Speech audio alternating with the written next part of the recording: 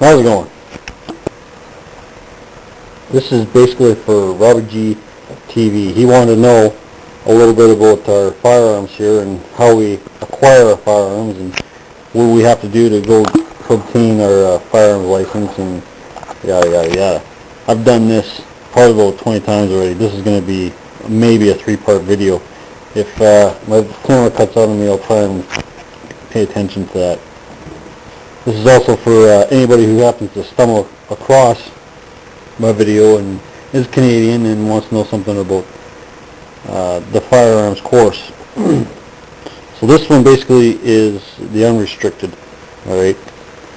As you can see, it's Canadian firearms safety course, alright? And this one here is the restricted. Alright. Move this out of the way. Canadian firearms restricted safety course.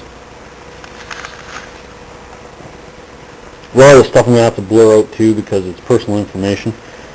But we get into, the first thing we're going to get into is acts and prove. So our things here is acts and prove. This is the first thing you're going to introduce to when you take the unrestricted firearms course. And I'll get into more of this, so be patient. And this is going to be a long video, so if you're bored of it, because I would be, click on something else. So acts is assume that the firearm is loaded, is A. And C is control the muzzle direction at all times. T, trigger finger must be kept off the trigger and out of the trigger guard. And S is see that the firearm is unloaded and prove at a T, point the firearm in the safest available direction. R, remove all ammunition. O, observe the chamber. V, verify the feeding path. And E is examine the bore for obstructions.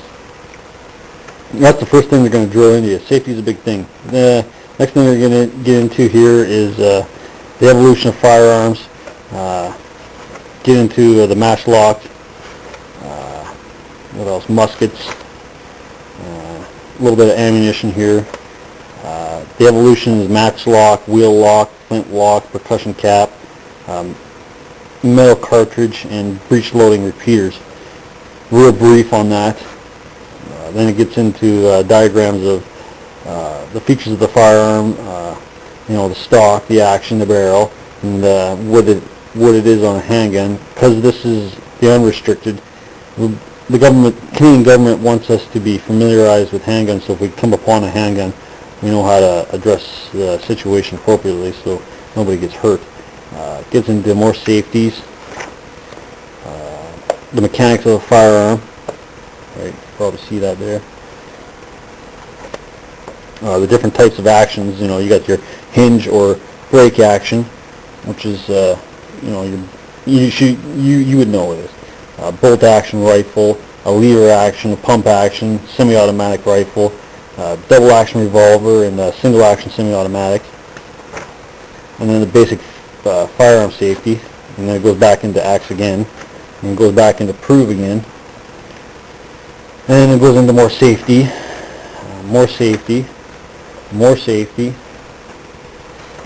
ammunition, rifle versus smooth bore, all right. Shot patterns and how the chokes work. It gets into this, they give diagrams and slugs. What is this here? Oh, this is a different type of gauges, but I'm not sure what the diagrams here. I don't want to spend a lot of time in powder. The powder here, FG, I can't see it. I don't have an HD. FG, FFG, FFFG, FFFFG. These are different types of powders. More ammunition, has to do with ammunition. Gets onto the data stamp that's on the barrel. Different types of rifle bullets. This will be on test, but you got to know what is full metal jacket, what are the round nose, and whatever. It shows the diagram of the bullet and what it looks like. More on the data stamp and more on the data stamp on or the manufacturer stamp on the box and on the back of the cartridge itself. Right. so it helps give diagrams and shotgun shell components. Gives a diagram, a blown up version of it, so you got an idea what it looks like. Shot sizes. This is kind of a handy chart. I like this. I've used this. Different sizes and shells, and what happens when it expands in the chamber. It's actually 2 3/4. So when it opens up, it becomes 3 inches. So it opens up. What is that? A 1/4 inch more. What else we get here? Gets into what happens when you got a barrel breach. What is this? This is dangerous range of the ammunition. For example, a double-aught buck is 750 yards, and 20 gauge slug is almost 800 yards. I use yards. I don't use kilometers and miles because I refer everything to a football field, so I like this table. Operating firearm actions. Okay, anyways, moving along. How to use a black powder or a flintlock, muzzleloader, sorry. What's the procedure on how to use a muzzleloader, a volumetric measuring tool, and this stuff really doesn't matter to me because I'm not too much into it. And how to use the procedure, this is just so you know how to do it right. Different type of actions, you know, your hinge, your bolt, your lever, your pump, your semi-automatic, gets into that again, more safety. More safety, axe improve, more axe improve, more diagrams, mechanics of how bolt action works. Right. Let's see that.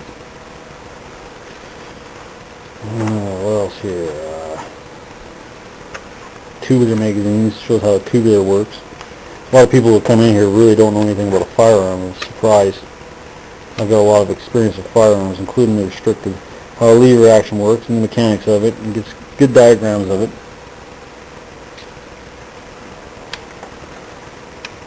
And what is that? I think that's a pump. Yeah, that's a pump shotgun. And how the mechanics work for that. That's a pump rifle. So show you the mechanics of that. And even though this isn't the unrestricted, or even this isn't the restricted, they want you to be familiar with the restricted, so if you come upon the restricted, you know how to handle it safely. A diagram of a revolver, and some semi-automatics, single action, double action, how to carry a firearm, range etiquette.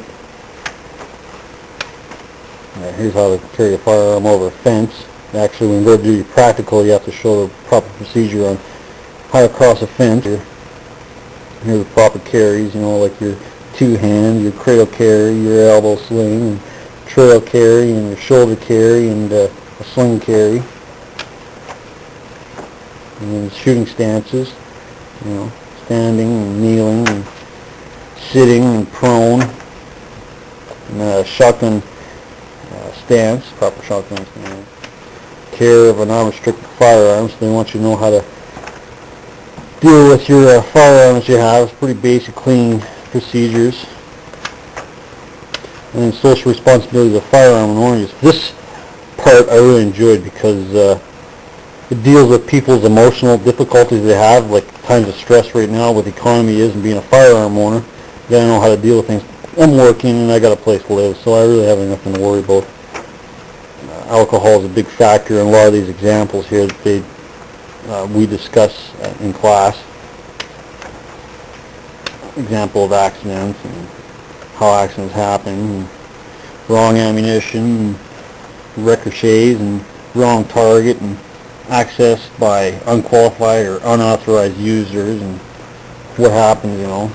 Summary of social responsibility of the firearm owner. I'm not going to get into all that. And then they get into the storage facility.